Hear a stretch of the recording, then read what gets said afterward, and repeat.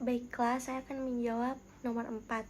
Jadi, ada beberapa hal yang menjadi karakteristik penelitian eksperimental. Yang pertama, perlakuan, di mana peneliti menjadikan salah satu dari beberapa variabel bebasnya untuk menjadi sesuai dengan apa yang diinginkan oleh peneliti, sehingga variabel lain yang dipakai itu akan digunakan sebagai pembanding yang bisa membedakan antara yang memperoleh perlakuan dengan yang tidak memperoleh perlakuan. Contohnya, kita menguji aktivitas antiinflamasi ekstrak tanaman jambu terhadap mincit, maka ada perlakuan atau suatu tindakan pada mincit tersebut. Nah, untuk yang kedua, pengendalian, di mana peneliti menginginkan variabel yang diukur itu mengalami kesamaan sesuai dengan keinginan peneliti, yaitu dengan menambahkan faktor lain ke dalam variabel atau bisa juga membuang faktor lain yang tidak diinginkan oleh peneliti dari variabelnya.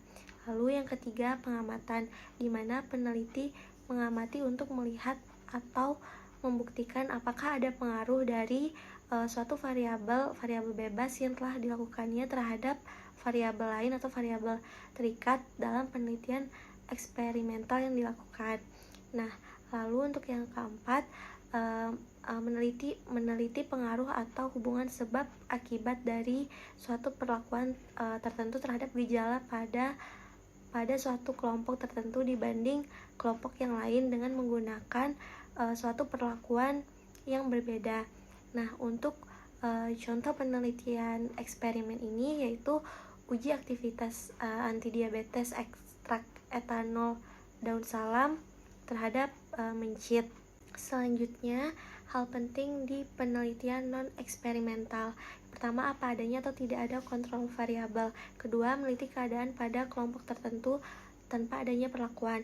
Ketiga, penelitian berdasarkan peristiwa yang terjadi sebelumnya, lalu dianalisis dan dipelajari persis seperti apa yang terjadi.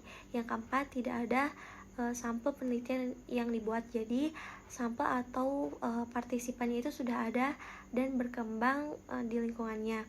Lalu yang kelima, peneliti tidak melakukan intervensi langsung di lingkungan sampel. Nah, untuk contoh penelitian non-eksperimen ini yaitu judulnya itu studi pelaksanaan pelayanan informasi obat di Rumah Sakit Umum Raden Matahir Jambi. Nah, sekian dari saya.